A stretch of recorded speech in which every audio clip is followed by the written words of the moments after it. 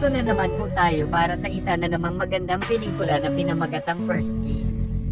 Ito ay napalabas noong 2012 at ito nga ay patungkol sa isang 25 years old na babae na aksidenteng nahalikan ng isang high school student sa isang city bus kaya naisipan niyang magpanggap bilang studyante dahil na-inlove siya dito. Kaya't ano pa ang ating hinihintay? Sit back, enjoy and relax, love you. Nagsimula ang ating pelikula nang makita natin si Sa na isang 25 years old na babae na magpahanggang sa ngayon ay hindi pa nakakaranas na mahalikan. Nung high school pa nga lang sila ay na-inlove siya ng todo sa isang popular guy sa paaralan nila na si Om. Pero meron na itong girlfriend na si Pam. Nerdy nga si Sa nung mga panahon na yun kaya naisip niya na hindi siya magiging type ni Om. Pero bagaman na ganun ay lagi niya itong pinapanood at iniisip na balang araw ay magiging sila din. Pero nang huling taon na nila sa high school ay nagpunta sila Om at Pam sa US para doon na mag-aral. Dahil doon ay na-heartbroken siya at hindi na nga siya nagkaroon pa ng crush magmula noon. At sa mga panahon nga na yun ay naghihintay pa rin siya sa araw na magmimilagro na may in love din sa kanya si Om. Kahit nalampas isang dekada na nung huli silang magkita, isang araw ay nagkaroon sila ng high school reunion. At nagkatotoo nga ang pangarap ni Sa. Tumalo din doon si Om at himala namang nagkaroon ng interes sa kanya ito. Kahit na kinakabahan ay naisip niyang tanungin si Om kung single na ba siya ngayon. Sinabi naman ni Om na oo at matapos nun ay nagpalitan na sila ng phone number nila. Nagpunta nga si Sa banyo at nagtatatalon sa tuwa dahil nga sa natutupad na ang matagal na niyang pinapangarap. At magmula nga sa araw na yun ay nagsimula na silang mag-date at lagi na din siyang nahahatid sundo ni Om sa trabaho niya. Dahilan para mapansin ito ng colleagues niya na sila Maham at Jen. Binibiro-biro nga nila ito na naka-jackpot siya ng mayaman at gwapong lalaki. At dahil nga sa alam nilang di pa nagkakaroon ng first kisses ay naisip nilang turuan nila ito kung anong dapat niyang gawin. Pero ang mga tips na sinabi nila ay mas lalo pang ang nagpakaba ng sobra sa kanya. Kinagabihan ay nang papauwi na siya sa kanila ay nakatabi niya ang isang high school student na nagngangalang Base. Nagkaroon nga ng aksidente sa kalsada at naisip ng lahat na silipin ito. At habang susubukan ni Base na sumilip ay aksidenteng naglapat ang mga labi nila. Natawa naman si Base sa nangyari pero nainas naman si Sa. Dahil nga sa nais niya na si Om ang magiging first kiss niya. Dahil doon ay nagalit siya ng gusto at natapon pa nga niya ang phone niya kay Base. At galit na bumaba habang tinawanan lang naman siya ni Base. Nang makarating na siya sa kanila ay nakalimutan niyang kunin ang phone na hinagis niya. Tinawagan nga niya ito sa pamamagitan ng telepono at sinabihan si Base na ibalik yon sa kanya. Pero hindi pumayag si Base at hinamon nga siya nito na hanapin kung anong paaralan ang pinapasukan niya para magawa niyang mabawi ang phone niya. Kinabukasan ay napansin ng kaibigan ni Base na distracted siya. Yun ay dahil di niya makalimutan na galit si sa kagabi sa loob ng bus. Maya-maya ay may announcement silang narinig at sinabi nga rito na kung sino man ang nagngangalang Base ay magpunta na ngayon sa principal's office. Nagpunta na nga siya doon at nakita niya na si Sa pala ang nagpatawag sa kanya. Nabasa ni Sa ang pangalan niya sa uniform niya at nabalik na nga sa kanya ang phone niya at hinampas naman siya ng principal bilang parusa sa ginawa niya. Nagilty naman si Sa nangyari kay Base kaya naisip niyang i-treat ito sa isang local restaurant. Doon nga ay nagkaroon muli sila ng pagtatalo dahil nga sa paulit-ulit na tinatawag ni Base sa bilang auntie. Sinabi naman ni Sa na tawagin na lang siya nitong ate pero hindi pumayag si Base at sinabing pangalan na lang niya ang ipangtatawag niya sa kanya. At maya-maya pa nga ay nakatanggap si Sa ng tawag mula kay Om. Tinawagan siya nito para yayain siya na kumain sa isang restaurant. At matapos na ang ilang oras ay nagpunta na siya doon at nakita niya si Base na nasa isang lamesa sa restaurant din na yun. Nasabi naman ni Base na baka coincidence lang ang pagkikita nila dito. Pero nasabi ni Sa na baka nakinig siya sa pinag-usapan nila ni Om kaya alam niyang dito siya pupunta. Pero hindi na lang niya ito pinansin at pinuntahan na nga niya si Om. Matapos nga nilang kumain ay hinatid na niya si Sa kanila at sinubukan nga ni Om na halikan si Sa. Pero bago pa man niya ito magawa ay may nagtitinda ng garland ang kumatok sa bintana ng kotse niya dahilan para ma-interrupt ang gagawin nila. Dahil doon ay nagpaalam na lang sila sa isa't isa dahilan para ma-disappoint ng husto si Sa.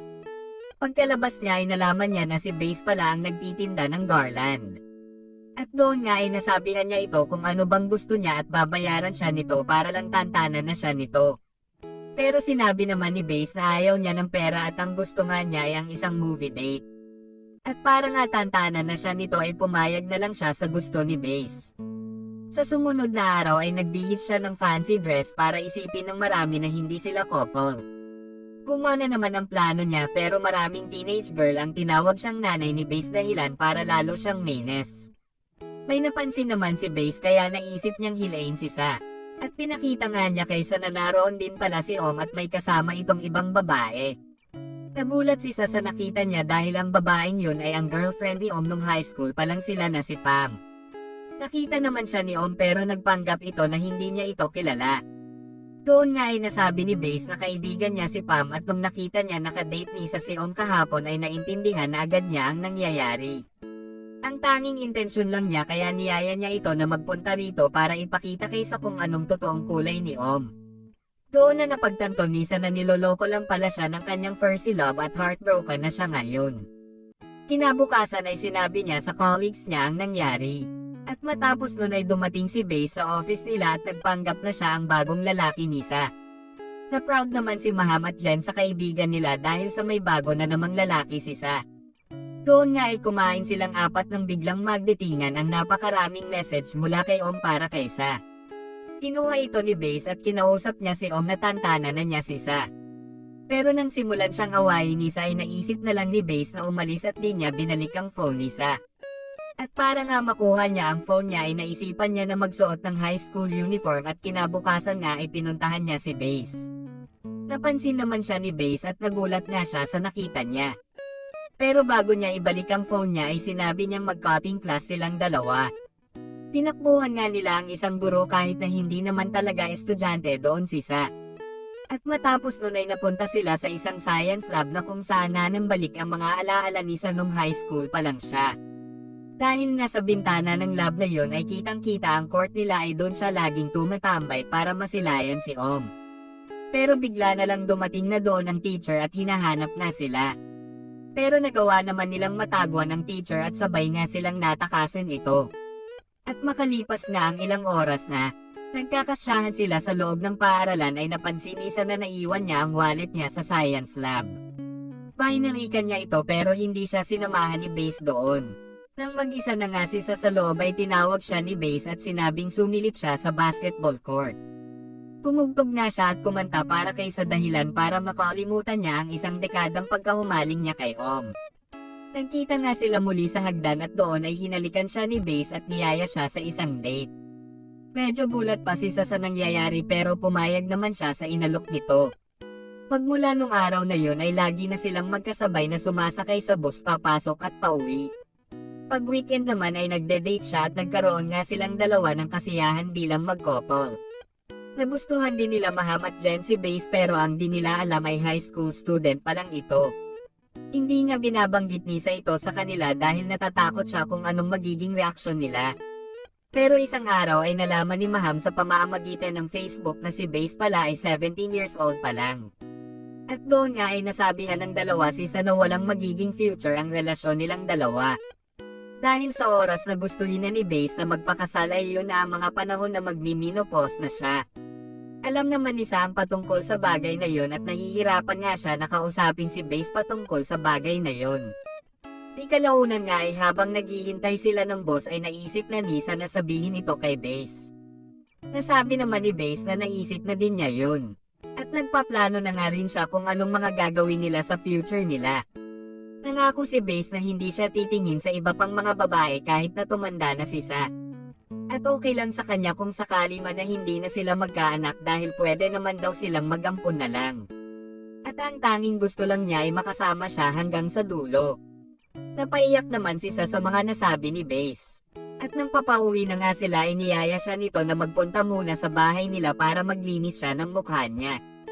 Pumayag naman si Sa pero laking gulat niya nang may 3 lalaki ang nagsimulang atakihin si Base ng pagpasok nila dito. Sinubukan nga ni Sa na ipagtanggol si Base pero nasabi ni Base na iyon ang tatay niya at ang dalawa niyang bodyguard. Si Base ay nasa isang school's musical band na sa ngayon ay napaka-successful na. Pero ang tatay niya ay pinagbabawalan siya na magpakalulong sa musika dahil naiisip niya na ito ang dahilan kung bakit bumabagsak ang mga grado niya. Inutusan nga niya ang bodyguard na atakihin siya dahil nalaman niya na araw-araw parents siyang umaattend sa band practice. Humingi naman ng pasensya si Bass at nangako na uuwi na siya matapos niyang mahatid si sa pauwi. Pero nang makarating na nga sila sa apartment ni Sai, kinumbinsi niya si Sa na hayaan siya nito na magstay dito ngayong gabi lang. Dahil nga sa natatakot siya, nagbubulpihin na naman siya ng tatay niya. Pumayag naman si Sa at ngayon nga ay nakahiga si Bass sa sahig habang nag-uusap silang dalawa. Kinabukasan ay binigyan niya si Bass ng duplicate ng susi ng apartment niya para makapunta siya doon kung gugustuhin niya. Nakita naman siya nila Maham at Jen at inisip nga nila na may nangyari na sa kanilang dalawa. Doon nga ay binalaan ng dalawa si Sa dahilan para madami nang tumatakbo sa isip niya. Kinagabihan nga ay nang kumakain na sila ay nasabi ni Sa na nahihirapan siyang matapos ang isang project niya at malapit na nga ang deadline nito. Pero hindi naman alam ni Bass kahit ang simpleng office terms. Dahilan para mapagtanto ni Sa na hindi talaga sila compatible na dalawa. Kinabukasan ng nasa trabaho na siya ay napaka-busy niya at nag-aalala nga siya sa projects niya. Nang biglang dumating doon si Om at nag-offer na tulong sa pamamagitan ng mga freelancer na gagawa ng trabaho niya para sa kanya. Nagulat naman si Sa dahil sa alok na yon ni Om. At doon nga ay nakapag-usap sila at nasabi ni Om na hindi naman talaga niya mahal si Pam. At na-engage nga siya sa kanya dahil sa nagkaroon sila ng anak. Pero sa ngayon ay nakipaghiwalay na siya sa kanya. At nais nga niya na bumalik si Sa kanya. Hindi naman sumagot si Sa sinabi niya at inisip ni Om na oo ang sagot ni Sa. Doon nga ay tinexten ni Sa si Bass patungkol sa pagdating ni Om. Dahilan para magalit si Bass. At imbis na sa apartment ni Sa siya magpunta ay nagpunta siya sa dorm ng kaibigan niya. Nati-tense na nga siya ngayon dahil sa mga tauhan ng tatay niya na hinahanap siya at naisip na nga lang niya na maging public singer para makaipon ng pera kahit papano. Kinabukasan ay pinuntahan niya ang apartment ni Sa pero nakita niya ito na paalis na ito kasama ni Om. Pero naniniwala pa rin siya na hindi siya lolokohan ni Sa. At nagpunta nga siya sa trabaho niya para makipagkita sa kanya doon. Pero nakita niya doon si Om na naghihintay din kay Sa. Narinig nga niya na sinabi nito kila Maham at Jen na pinaplano niya na isama si Sa isang trip para sa darating na bakasyon. Nagalit nga siya sa narinig niya at naisip na magpunta na lang sa band practice nila. Pero pagkarating niya doon ay nandun pala si Sa na naghihintay sa kanya. Sinubukan nitong kausapin si Bass pero dahil sa galit ni Bass ay nasabihan niya si Sa na tigilan na niya ang pag-arte niya. Kinagabihan ay hinanda na ni Sa ang tutulugan ni Bass kahit na alam niya na hindi na ito babalik dito. Kinabukasan nga ay inimbitahan ni Om sila Maham, Jen at Sa isang restaurant. Late siyang nakarating dahil sa 1-year-old niyang anak na tinanggihan ni Pam na alagaan sa araw na ito. Tinanong nga ni Sa kung mahal pa ba niya si Pam.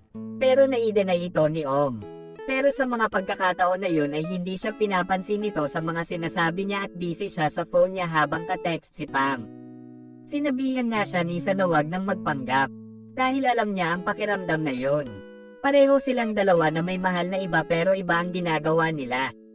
At matapos na ang usapan nila ay napagtanto ni Om na di talaga nawala ang pagmamahal niya kay Pam simula nung high school pa lang sila. Nagpasalamat nga siya kaysa na pina-realize niya sa kanya ang totoo at matapos nun ay umalis na siya. Sa sumunod na araw ay dinala niya si Sa at ang colleagues nito sa isang party para pasalamatan dahil naging isang mabuting kaibigan siya. Pero sa pagkakataon na yun ay naroon pala si Bass at siya nga ang singer ng banda sa party na yun. Ang organizer nga ay nagsabi na maaari silang makakuha ng isang kiss mula kay Bass. At kung sino man ang may pinakamataas na bid ang mananalo. Doon nga ay nagbid si Maham at naroon din pala si Pam at nagbid din ito. Pero nanalo si Maham sa bidding at binigay nga niya ang reward kay Sa. Kahit na napipilitan siya ay nagpunta na nga siya sa stage at doon ay nag-kiss silang dalawa. At matapos nun ay umalis si Bass doon at nakita na nga natin na sakay-sakay siya sa kotse ni Pam. Nang mapag-usapan nga nila sa at-om si Bass ay nalaman ni Sa na nagtratrabaho pala si Pam sa tatay ni Bass. At sa sumunod na eksena nga ay nakita natin na dinala na siya sa tatay niya. At nais nga nito na dalhin si Bass sa Amerika para doon mag-aral kahit ayaw naman ito ni Bass. Doon nga ay nakita natin na nilabas na nila si Base at nakasalubong niya doon si Sa. Sinubukan niyang panasa ng dugo sa mukha nito pero tinalikuran siya ni Base at sumakay na sa kotse. Umandar na nga ito pero nakita natin na hindi huminto si Sa paghabol sa kanila. Dahilan para maisip ni Base na pahintuan ang driver at doon nga ay kinausap niya si Sa at nang hingi siya ng tawad sa kanya at matapos nun ay bumalik na siya sa loob ng kotse. At doon nga ay naiwan si Sa gitna ng kalsada na umiiyak. Makalipas ang 5 taon ay doon pero nagtatrabaho si Sa. Marami nang nagbago sa buhay niya pero hindi pa rin niya makalimutan si Base. At sa huling eksena nga ay nang makatulog siya ay nanaginip siya na inaalagaan siya ni Base. At nang magising nga siya ay naroon nga talaga si Base sa balcony niya. Tinago nito ang susi ng apartment niya sa loob ng maraming taon at pumasok nga siya dito sa pamamagitan nun. Inawakan niya ang mukha nito at di siya makapaniwala na nakabalik na si Base. At doon nga ay nakita natin na niyakap nila ang isa't isa. At doon na nga nagtatapos ang pelikula natin para sa araw na ito. Maraming salamat sa panonood.